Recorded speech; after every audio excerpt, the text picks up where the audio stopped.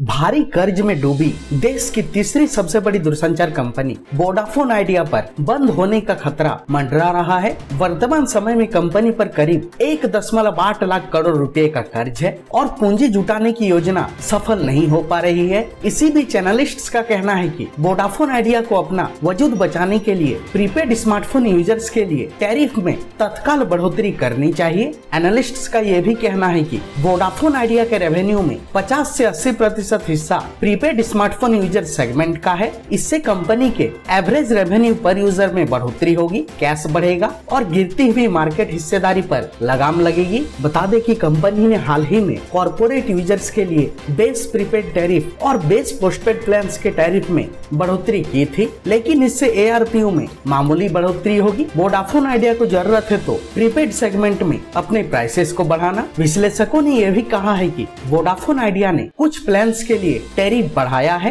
लेकिन ARPU में अच्छी सुधार के लिए उसे प्रीपेड 4G कस्टमर्स के लिए टैरिफ बढ़ाने की जरूरत है। कंपनी ने हाल ही में 14 सर्किलों में प्रीपेड यूजर्स के लिए एंट्री लेवल प्लान 61% बढ़ाकर 79 रुपये कर दिया है। अब कंपनी इसे पूरे देश में लागू करने की तैयारी में है। साथ ही कंपनी ने कॉर्पोरेट यूजर्स के लिए बेस पोस्टपेड रेट बढ़ाकर 299 रुपये कर दिया है। हालांकि इंडस्ट्री के जानकारों का कहना है कि 4G यूजर्स के लिए प्रीपेड टैरिफ में बढ़ोतरी करना आसान नहीं होगा। इसकी वजह यह है कि उसकी करीबी प्रतिद्वंदी भारती एयरटेल पहले ही इस तरह का कदम उठाने की संभावना से इनकार कर चुकी है। वर्तमान समय में कंपनी अपने 4G यूजर्स के प्रीपेड टैरिफ में इसलिए बढ़ोतरी नहीं कर सकती क्योंकि अगर वोडाफोन आइडिया ऐसा करती है तो कस्टमर उसके हाथ से निकल सकते हैं। वोडाफोन आइडिया को साथ ही रिलायंस जियो के बहुप्रतीक्षित सस्ते स्मार्टफोन के आने वाले असर को भी ध्यान में रखना होगा। जून तिमाही में वोडाफोन आइडिया को 1.2 करोड़ से अधिक कस्टमर से हाथ धोना पड़ा है। अभी कंपनी नेटवर्क पर पूंजी खर्च बढ़ाने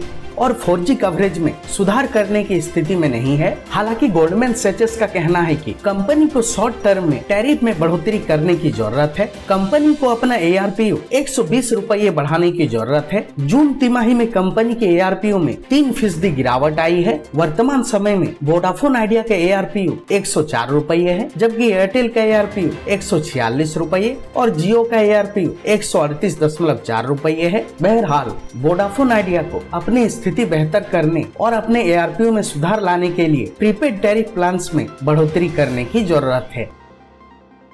टेलीकॉम न्यूज की रिपोर्ट।